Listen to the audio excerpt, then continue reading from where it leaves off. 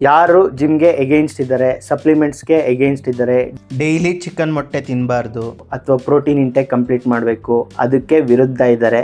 ಅವರ favourite topic ಒಬ್ರು comment ಮಾಡಿದ್ದು, ರೋಡಲ್ಲಿ ನೋಡಿದ್ರೆ ಪೋಸ್ಟರ್ಸ್ಗಳು ಯುವಕರದೇ ಜಾಸ್ತಿ ಇರುತ್ತೆ, ಶ್ರದ್ಧಾಂಜಲಿ ಫೋಟೋಗಳು, ಮುದುಕರದೆಲ್ಲ ಕಡಿಮೆ. ಸೊ ನಾವು ಗಟ್ಮುಟ್ಟಾಗಿ ಆಗಿನ ಕಾಲದವರು ಹಂಗಿದ್ರು, ಜಿಮ್ ಇರಲಿಲ್ಲ, ಪ್ರೋಟೀನ್ ಇರಲಿಲ್ಲ, ಸಪ್ಲಿಮೆಂಟ್ ಇರಲಿಲ್ಲ ಅನ್ನೋದಕ್ಕೆ ಎಕ್ಸಾಂಪಲ್ಲು. ನನ್ನ ಸ್ಟೋರಿನೇ ಹೇಳ್ತೀನಿ. ನಮ್ಮಪ್ಪ ವ್ಯವಸಾಯ ಕುಟುಂಬದಲ್ಲಿ ಹುಟ್ಟಿದವರು. ಸೊ ಹುಟ್ಟಿದಾಗಿಂದನೇ ಕೆಲಸ ಮಾಡಬೇಕು. ಆಮೇಲೆ 4-5 ಜನ ಕಿಡ್ಸ್ ಆಗಿರೋದ್ರಿಂದ ನರ್ಚರಿಂಗ್ ಏನೂ ಇರಲ್ಲ. ಮಕ್ಕಳನ್ನ ಬೀದಿಲಿ ಆಟ ಆಡ್ಕೋ, ಹೆಂಗಾರು ಹೊಡೆದಾಡೋಗು ಅಂತ ಬಿಟ್ಬಿಡೋರು. ಡೈಲಿ ಮುದ್ದೆ, ಉಪ್ಸಾರು, ಕಾಳು, ಸೊಪ್ಪು, ಇದೇ ತಿಂಡಿ. ಫ್ಯಾನ್ಸಿ ಬ್ರೇಕ್ಫಾಸ್ಟ್ಗಳಿಲ್ಲ. ಆಮೇಲೆ ಚಿಕ್ಕ ವಯಸ್ಸಿಂದನೇ ಅದು ವ್ಯವಸಾಯ ಅನ್ನೋದು ಫಿಸಿಕಲಿ ಆ್ಯಕ್ಟಿವ್ ಆಗಿ ಇರಲೇಬೇಕು.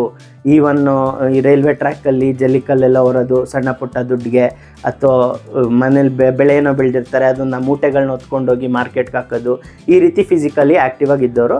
ಆಮೇಲೆ ಎಜುಕೇಷನ್ ತೊಗೊಂಡು ಸಿಟಿಗೆ ಬಂದು ಗೌರ್ಮೆಂಟ್ ಜಾಬ್ ತೊಗೊಂಡು ಸೆಟಲ್ ಆದರು. ಅದಾದ ನಂತರ ನನ್ನ ಲೈಫ್ ಸ್ಟೈಲು ಶುರು.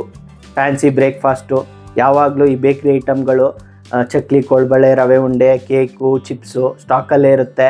ತಿಂಡಿಗೆ ಜೊತೇಲಿ ಅದು ಬೇಕೇ ಬೇಕು, ಅದಿಲ್ಲದೆ ಇದ್ದರೆ ತಿಂಡಿ ತಿನ್ನಲ್ಲ ಅಂತ ಹಠ.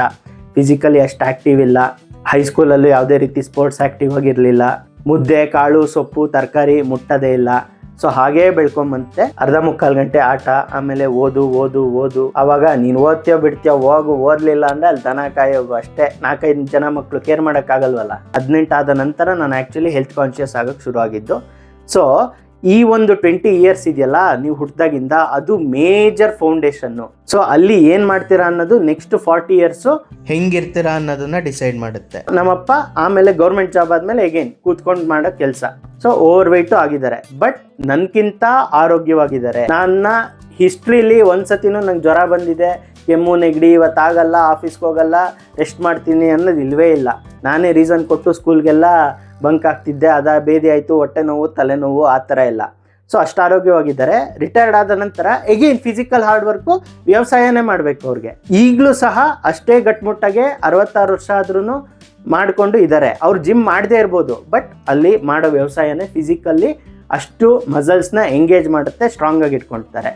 ಈಗಲೂ ಸಹ ನಾನು ಎಷ್ಟು ಕಾನ್ಷಿಯಸ್ ಆಗಿದ್ದೀನಿ ಹೆಲ್ತಿ, ಅಷ್ಟು ಕಾನ್ಷಿಯಸ್ ಆಗಿ ನಮ್ಮಪ್ಪ ಇಲ್ಲ, ಬಟ್ ಆರೋಗ್ಯವಾಗಿದ್ದಾರೆ. ಬಿಕಾಸ್ ಅವರ ಫೌಂಡೇಶನ್ ಸ್ಟ್ರಾಂಗ್ ಇತ್ತು. ಈ ರೀತಿ ನಿಮ್ಮ ಫೌಂಡೇಶನ್ ಇದ್ದರೆ ಈಗಲೂ ಅಲ್ಲಿ ಇಲ್ಲಿ ತಿನ್ಕೊಂಡಿದ್ರೆ ನಡ್ಕೊಂಡು ಹೋಗುತ್ತೆ. ಇಷ್ಟು ಸ್ಟ್ರಾಂಗ್ ಫೌಂಡೇಶನ್ ಇಲ್ಲ ಅಂದರೆ 20 ವರ್ಷ ಮಾಡಿದ್ನಲ್ಲ ನಾನು ಮಿಸ್ಟೇಕು, ಅದಕ್ಕೆ ಬೆಲೆ ಈ ಟೈಮಲ್ಲಿ ಈ ಪ್ರೋಟೀನು, ಸಪ್ಲಿಮೆಂಟು ಅಥವಾ ಜಿಮ್ ಮೂಲಕ ತೆರಬೇಕು.